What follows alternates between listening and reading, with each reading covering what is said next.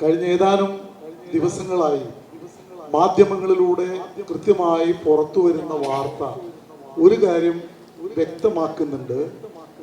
അത് സുരേഷ് ഗോപി തൃശൂർ എടുത്തതല്ല, മോഷ്ടിച്ചതാണ് എന്നാണ് ആ കാര്യം. വോട്ട് കള്ളനായ ഒരാളാണ് തൃശൂർ പാർലമെന്റ് മണ്ഡലത്തിന്റെ MP ആയി നടക്കുന്നത് എന്നുള്ളത് ഈ സാംസ്കാരിക നഗരിക്ക് അപമാനകരമായ കാര്യമാണ്.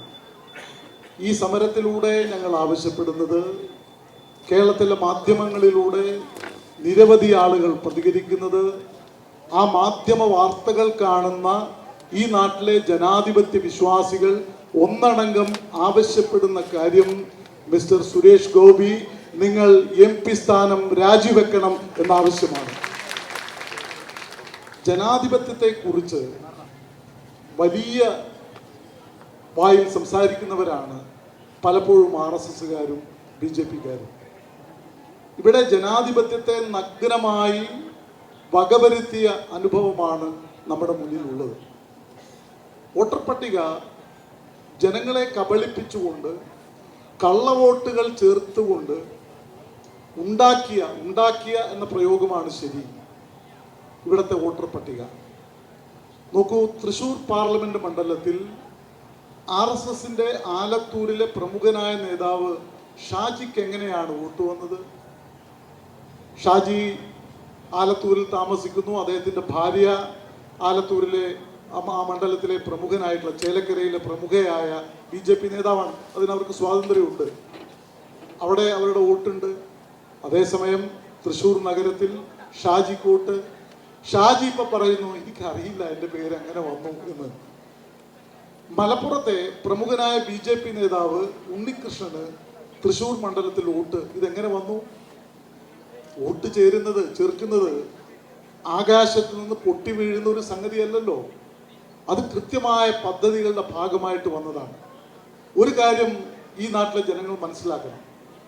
വോട്ടർ പട്ടികയിൽ പേര് ചേർക്കുന്ന പ്രക്രിയ, ആ പ്രക്രിയ കഴിഞ്ഞ് ഇലക്ഷന് ഏതാണ്ട് 8-9 ദിവസം ബാക്കി നിൽക്കെ അന്തിമമായ പട്ടിക പ്രസിദ്ധീകരിച്ചപ്പോഴാണ് ഈ കള്ള വോട്ടുകൾ വ്യാപകമായി ചേർക്കപ്പെട്ടതായി കാണുന്നത്.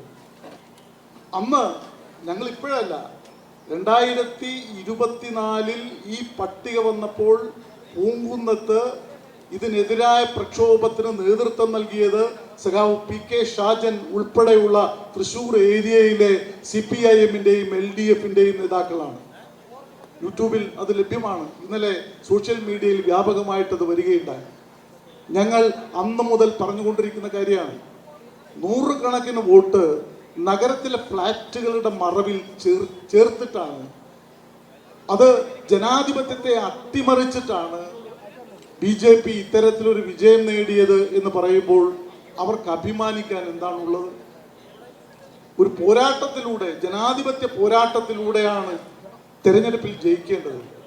കള്ളവോട്ടുകൾ ചേർത്തുകൊണ്ട്, ഇല്ലാത്ത വോട്ടുകൾ ചേർത്തുകൊണ്ട് എങ്ങനെയാണ് ഇത്തരത്തിൽ ജനാധിപത്യത്തെ അവർ അട്ടിമറിക്കുന്നത് എന്ന് നമ്മുടെ മുന്നിലുള്ള സംഭവങ്ങൾ വ്യക്തമാക്കുകയാണ്. ഇവിടെ ഈ നാട്ടിലെ പൗരബോധം നശിച്ചിട്ടില്ലാത്ത, ജനാധിപത്യ ബോധമുള്ള മുഴുവൻ ആളുകളോടും ഞങ്ങൾ വിനയപൂർവ്വം അഭ്യർത്ഥിക്കുകയാണ്, ഈ കള്ളക്കളി നിങ്ങൾ തിരിച്ചറിയണം. ഒരു MP എന്നുള്ള നിലയിൽ അദ്ദേഹത്തിൻ്റെ പ്രവർത്തനങ്ങളെ കുറിച്ചെല്ലാം നമ്മൾ നിരവധി കാര്യങ്ങൾ വിമർശനാത്മകമായിട്ട് സംസാരിച്ചു കൊണ്ടിരിക്കുകയാണ്. ഇത്രയും ദിവസമായിട്ട് മാധ്യമങ്ങൾ ഈ വാർത്ത ഫ്ലാഷ് ചെയ്യുകയാണ്. ഇതേക്കുറിച്ച് എന്തെങ്കിലും ഒരു പ്രതികരണം അദ്ദേഹം പറയണ്ടേ? അടിയന്തരാവസ്ഥക്കാലത്ത് വൈലോപ്പള്ളി എഴുതിയതുപോലെ മിണ്ടുക മഹാമുനെ എന്നാണ് ഈ സന്ദർഭത്തിൽ ഞങ്ങൾക്ക് സുരേഷ് ഗോപിയോട് ആവശ്യപ്പെടാനുള്ളത്. അങ്ങ് വാ തുറക്കണം. വാ തുറന്നാൽ കുഴപ്പമാണ്. ഈ തൃശ്ശൂരിലെ മാധ്യമ പ്രവർത്തകരെ എന്തൊക്കെയാണ് അദ്ദേഹം ഇപ്പോൾ ഈ അടുത്ത കാലത്ത് പറഞ്ഞത്? തീറ്റ പണ്ടാരങ്ങളാണ്. അമ്മാതിരി ആക്ഷേപങ്ങൾ മാധ്യമ പ്രവർത്തകർക്കെതിരായിട്ട്, കന്യാസ്ത്രീകൾക്കെതിരായിട്ടുള്ള അതിക്രമം ഉണ്ടായപ്പോൾ അതേക്കുറിച്ച് പ്രതികരണം ആരാഞ്ഞുകൊണ്ട് മാധ്യമ പ്രവർത്തകർ അദ്ദേഹത്തെ സമീപിച്ചപ്പോൾ പറഞ്ഞതെന്താ? മാറൂ, പോലീസില്ലേ, എൻ്റെ വഴി ക്ലിയർ ചെയ്യൂ എന്നാണ്. ജനാധിപത്യ വ്യവസ്ഥയിൽ തിരഞ്ഞെടുക്കപ്പെട്ട ഒരാളാണെങ്കിൽ, ജനങ്ങളോട് പ്രതിപത്തിയുള്ള ഒരാളാണെങ്കിൽ അത്തരത്തിൽ ഒരിക്കലും സുരേഷ് ഗോപി പ്രതികരിക്കുമായിരുന്നില്ല.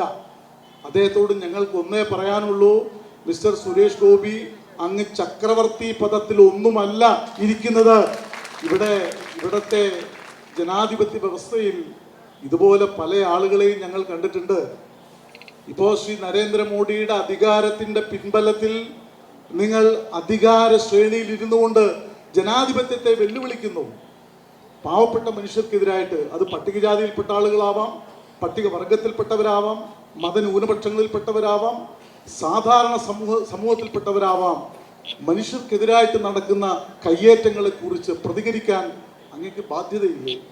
പ്രത്യേകിച്ചും അങ്ങയുടെ മണ്ഡലത്തിൽ ഉൾപ്പെടെ വലിയ പ്രതികരണങ്ങൾ ഉണ്ടായ ഒരു സംഭവം, കന്യാസ്ത്രീകളെ ആക്ഷേപിച്ചു. ഇവിടെ പല BJP നേതാക്കളും അരമനകൾ കയറിയിറങ്ങി. പക്ഷേ സുരേഷ് ഗോപി അതേക്കുറിച്ചൊന്നും മിണ്ടിയില്ല. എന്തുകൊണ്ട് പ്രതികരിക്കുന്നില്ല? അദ്ദേഹത്തിന് ബാധ്യതയുണ്ട്. തെരഞ്ഞെടുപ്പിന് മുമ്പ് ഈ നാട്ടിൽ എന്തെല്ലാം പ്രചരണങ്ങളാണ് നടത്തിയത്. ഞാൻ ജയിച്ചാൽ എനിക്ക് ചുറ്റും എത്ര വകുപ്പാണ്? 10 വകുപ്പുകൾ, മന്ത്രാലയങ്ങൾ, അതൊക്കെ എൻ്റെ സേവനത്തിന് വേണ്ടി ഉണ്ടാകും. ഞാനൊന്ന് വിരൽ ഞൊടിച്ചാൽ ഈ ഇന്ത്യയിൽ നടക്കാത്ത കാര്യമൊന്നുമില്ല. കാരണം എൻ്റെ മകളുടെ കല്യാണത്തിന് വന്ന ആരാ? പ്രധാനമന്ത്രിയാണ്. അപ്പോൾ പാവപ്പെട്ട ചില ആളുകളൊക്കെ തെറ്റിദ്ധരിച്ചിട്ടുണ്ടാകും. ഇന്നിപ്പോൾ അവരെല്ലാം നോക്കിക്കാണുകയാണ്. ജനാധിപത്യ വ്യവസ്ഥയിലെ ഒരു കറുത്ത പുള്ളിയായി ശ്രീ സുരേഷ് ഗോപി ഇന്ന് മാറിയിരിക്കുകയാണ്. അപമാനകരം എന്നല്ലാതെ മറ്റെന്താണ് അങ്ങയെക്കുറിച്ച് പറയാൻ കഴിയുക? അങ്ങൊരു നടനാണ്. സിനിമയിൽ അങ്ങ് അഭിനയിച്ചിട്ടുണ്ട്. അങ്ങ് സിനിമയിൽ കുറെ അഭിനയിച്ച് പണമുണ്ടാക്കിയിട്ടുണ്ട്. ഇതൊക്കെ ശരിയാണ്. അങ്ങ് ചിലർക്ക് ചില കാര്യങ്ങൾ ചെയ്തു കൊടുത്തിട്ടുണ്ടാവാം. അതൊന്നും ഞങ്ങൾ നിഷേധിക്കുന്നില്ല. പക്ഷേ ജനാധിപത്യ വ്യവസ്ഥയിൽ നടനം അല്ല പ്രധാനം. മനുഷ്യ ജീവിതത്തോട് ക്രിയാത്മകമായിട്ട് പ്രതികരിക്കുക എന്നുള്ള ദൗത്യം ഈ വ്യവസ്ഥയിൽ ജനപ്രതിനിധികൾക്ക് ബാധകമായ ഒരു കാര്യമാണ്. പക്ഷെ അങ്ങ് ആ കാര്യം പാടെ വിസ്മരിക്കുന്നു. ഇവിടുത്തെ വികസന പ്രവർത്തനങ്ങളെ കുറിച്ച് അങ്ങേക്ക് വല്ല ചിന്തയുണ്ടോ? ഇപ്പോൾ BJP-ക്കാർ നടന്നു പറയുന്ന ഒരു കാര്യം എന്താ? MP ഓഫീസ് തുറന്നു. ഞാൻ എൻ്റെ പൊതുജീവിതത്തിൽ ആദ്യമായിട്ട് കാണുകയാണ്, ഒരു ജനപ്രതിനിധിയുടെ ഓഫീസ് തുറക്കുമ്പോൾ അദ്ദേഹം ആ ചടങ്ങിലില്ല. MP-യുടെ ഓഫീസ് ഇവിടെ ആരംഭിക്കുന്ന ദിവസം അദ്ദേഹം ഇല്ല. അപ്പോൾ BJP-യുടെ നേതാവ് വിശദീകരിച്ച് അദ്ദേഹത്തിന് ഭയങ്കര തിരക്കാണ്.